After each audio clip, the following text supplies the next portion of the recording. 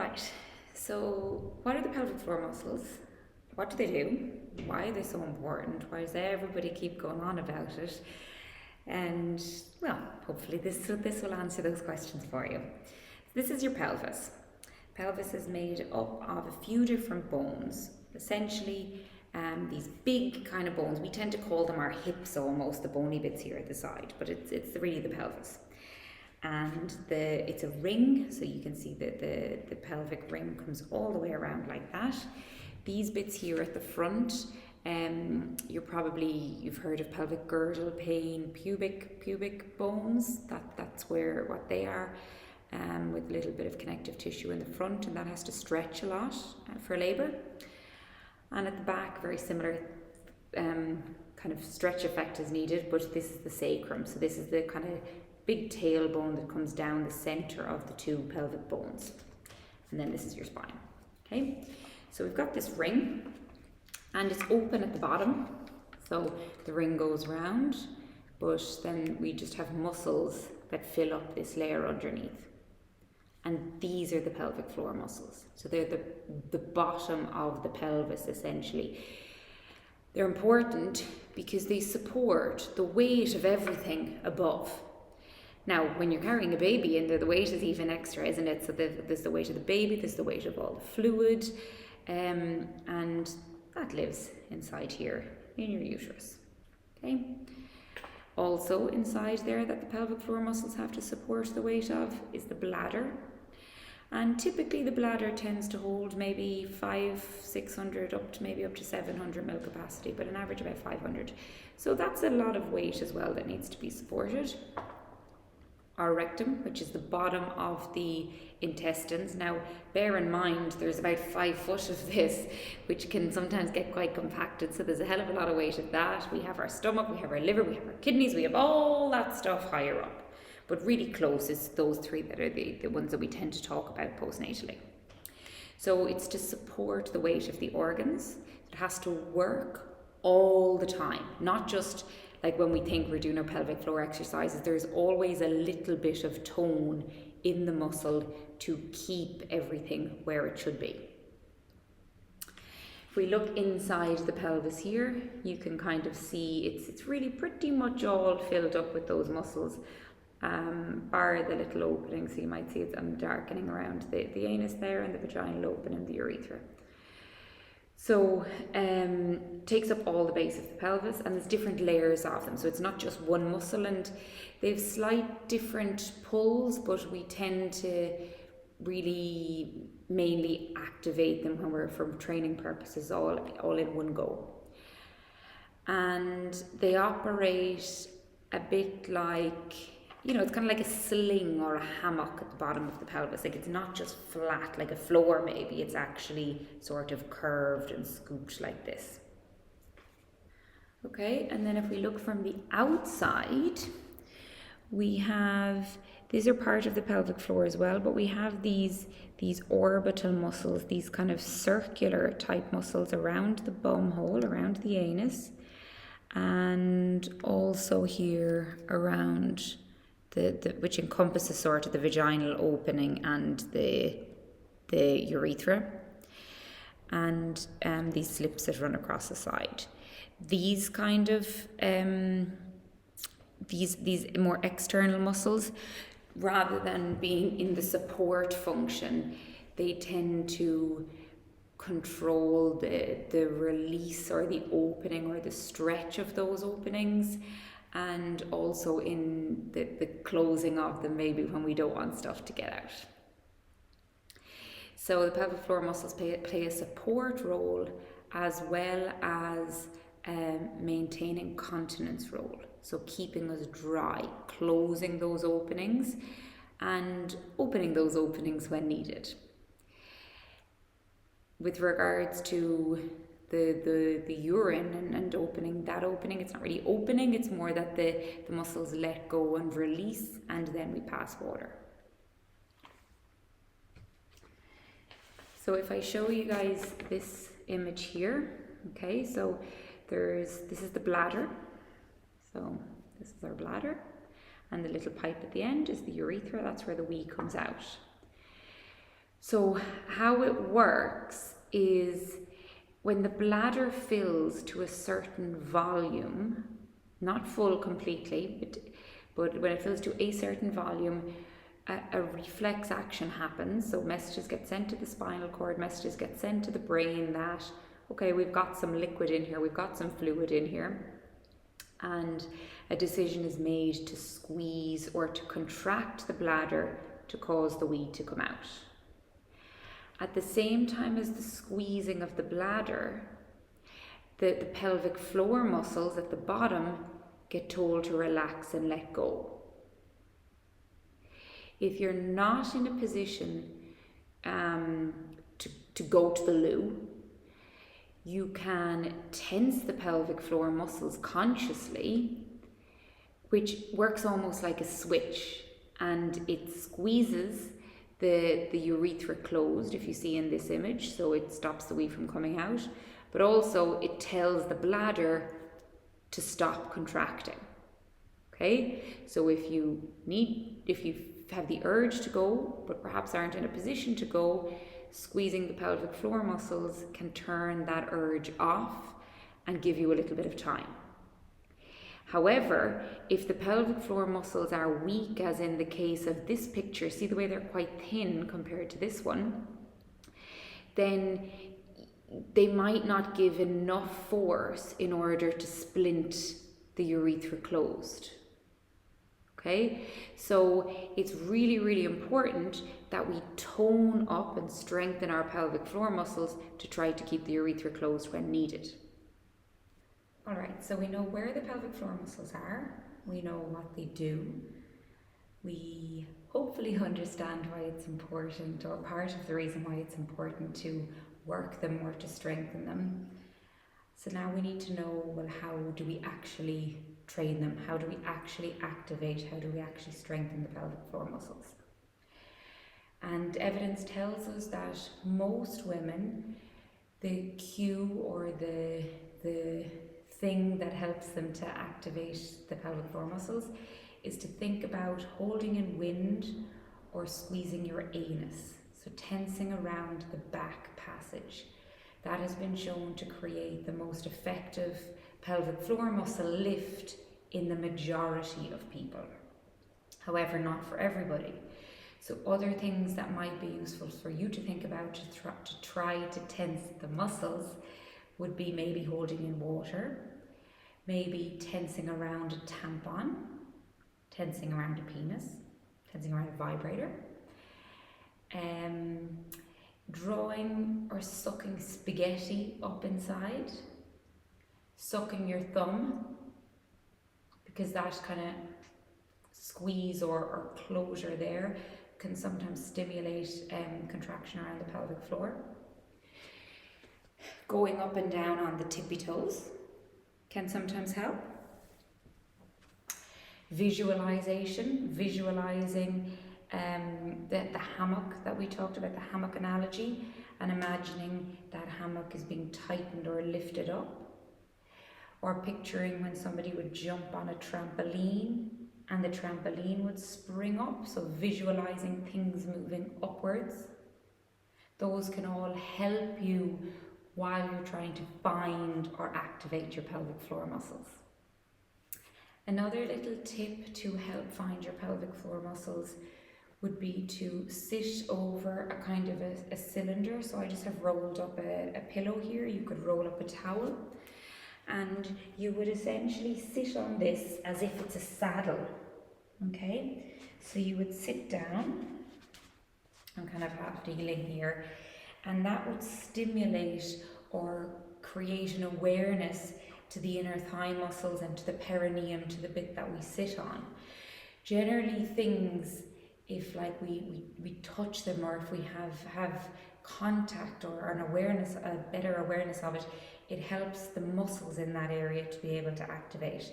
So I don't know if you've ever been climbing up a hill or lots of steps, if you're out on multi-day walks or anything, and you kind of push on your legs a little to help you get up that hill. Well, the same thing, if there's a bit of contact, a bit of touch around the area, that can help you to find those pelvic floor muscles.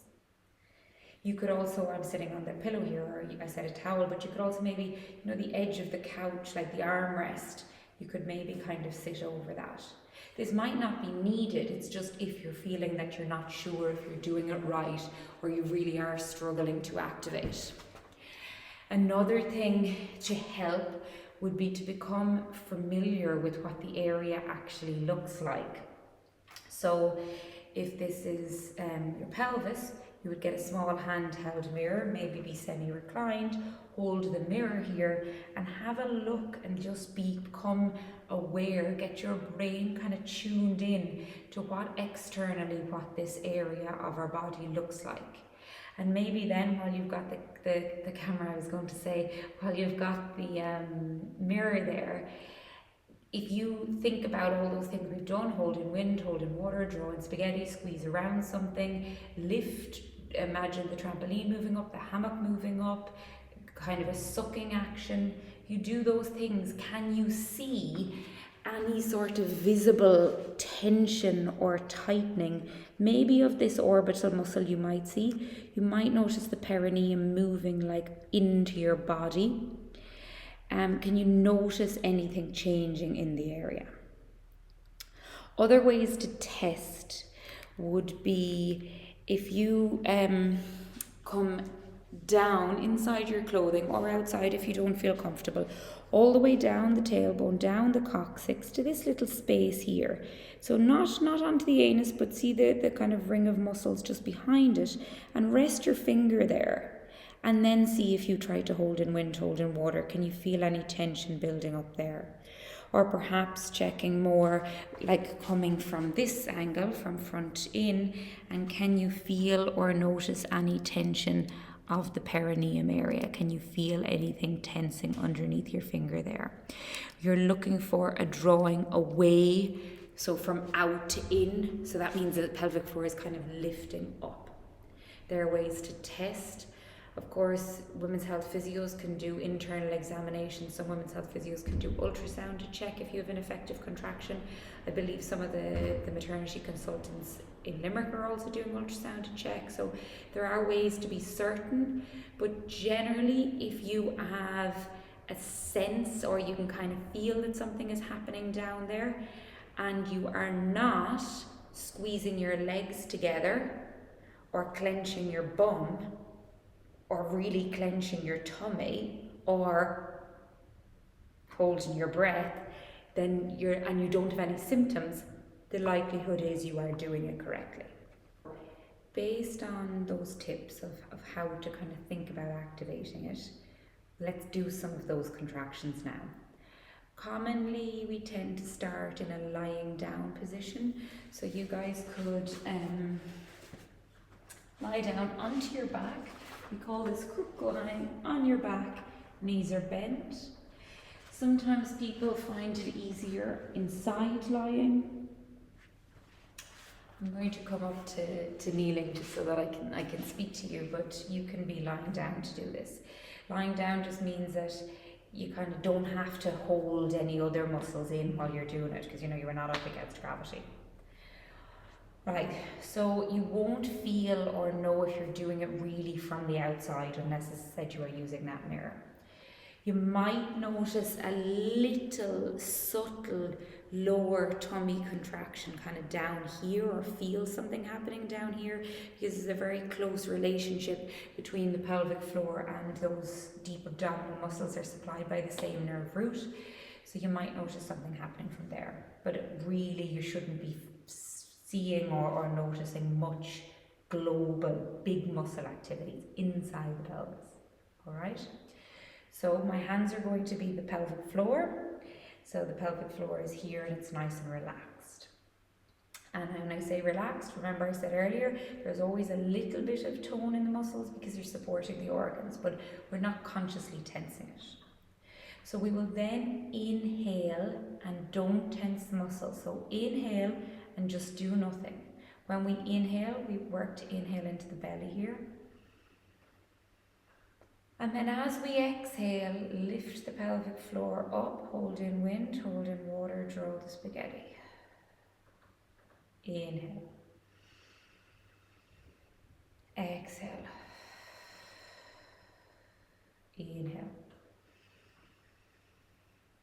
exhale, inhale, exhale. So I'm not doing this. You can see my little belly with the belly button hole. Inhale, exhale, inhale, exhale, tense. Inhale, let go. Exhale, tense. Inhale, let go. Exhale, lift. Inhale, let go, drop the pelvic floor. Exhale, engage the pelvic floor. Inhale, relax the pelvic floor. Exhale, engage the pelvic floor and keep holding it. Okay, so now we're going to keep breathing.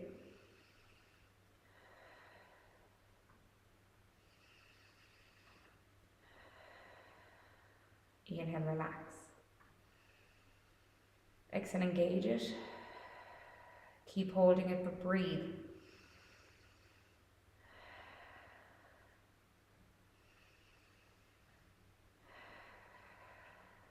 Inhale, relax. A little bit longer this time. Exhale, engage. Hold, inhale, hold it. Exhale, keep it there. Inhale, keep it there. Exhale, keep it there. Inhale, keep it there. Exhale, keep it there. Inhale, relax it. Do again 3 breaths. Inhale, you let go. Exhale, you engage. Inhale, keep it tense. Keep it tense. Keep it tense. Keep it tense. Keep it tense. Keep it tense. Inhale, relax. Okay, so it's a bit difficult I have to kind of focus on this so much and I lose concentration on teaching you guys, but you're looking to build up to be holding for, I kind of was doing 3 full inhales and exhales there, which is probably more than 10 seconds, but build up to hold for about 10 seconds and you repeat it 10 times. So there's 10 10-second contractions and you do that 3 times a day. 3 times a day until you are about 3 months postpartum or 3 months after you finish breastfeeding. So 3 times a day for 3 months beyond labour or beyond C-section or beyond delivery, or if you are breastfeeding 3 months when you finish that. If you have any leakage issues, feelings of pelvic floor weakness, prolapses, so bits coming down, you need to do it 3 times a day, even up to 5 times a day. Sometimes I will prescribe depending on your thing, but a standard rule 3 times a day until you are symptom free. So 3 times a day until you are dry, and from there on out, once a day until you die. Okay, so 10 times 10-second holds 3 times a day. We also need to do quicker contractions. So we know that the majority of urinary leakage does tend to be associated with stress. Now I don't mean stress, well, maybe emotional stress, but typically stress or pressure in the abdominal area. So coughing, sneezing, laughing, jumping, impact, hopping, skipping, dancing. Dancing at weddings is a notorious one, so when we combine the dancing with alcohol, the bladder doesn't really tend to cope so well with that. So we need to be able to do a quicker contraction. So those ones we were building up quite slowly and we were holding and holding and holding. But if you were to cough, sneezing is very difficult because the pace that it happens and it's hard to react so efficiently. But if you cough, you'll have a bit of notice. So this is a quicker contraction. So you basically, as quickly as you can react and as strongly as you can squeeze, probably more likely to get a few external muscles happening here as well. But this would be squeeze it, relax it, squeeze it, relax it, squeeze it, relax it, squeeze, relax, lift, relax, tense, release, tense, release. Ensure that you are dropping the pelvic floor muscles, or not dropping, but letting go in between. So let's say we're about to cough, it would be an inhale. Okay, so there's a strong, forceful exhale while you keep the pelvic floor lifted at the same time. You should be practicing rapid contractions when needed. So if you were to cough or maybe jump or have to kind of quickly dash after somebody, you should be practicing those for those functional tasks, but also you should be practicing them 3 times a day as well. So you would do 10 quick ones, 10 quick flicks or quick lifts 3 times a day, 10 long endurance hold 3 times a day, and failing that, maybe further investigation into maybe why you have some of the symptoms is needed. So go see your women's health physio.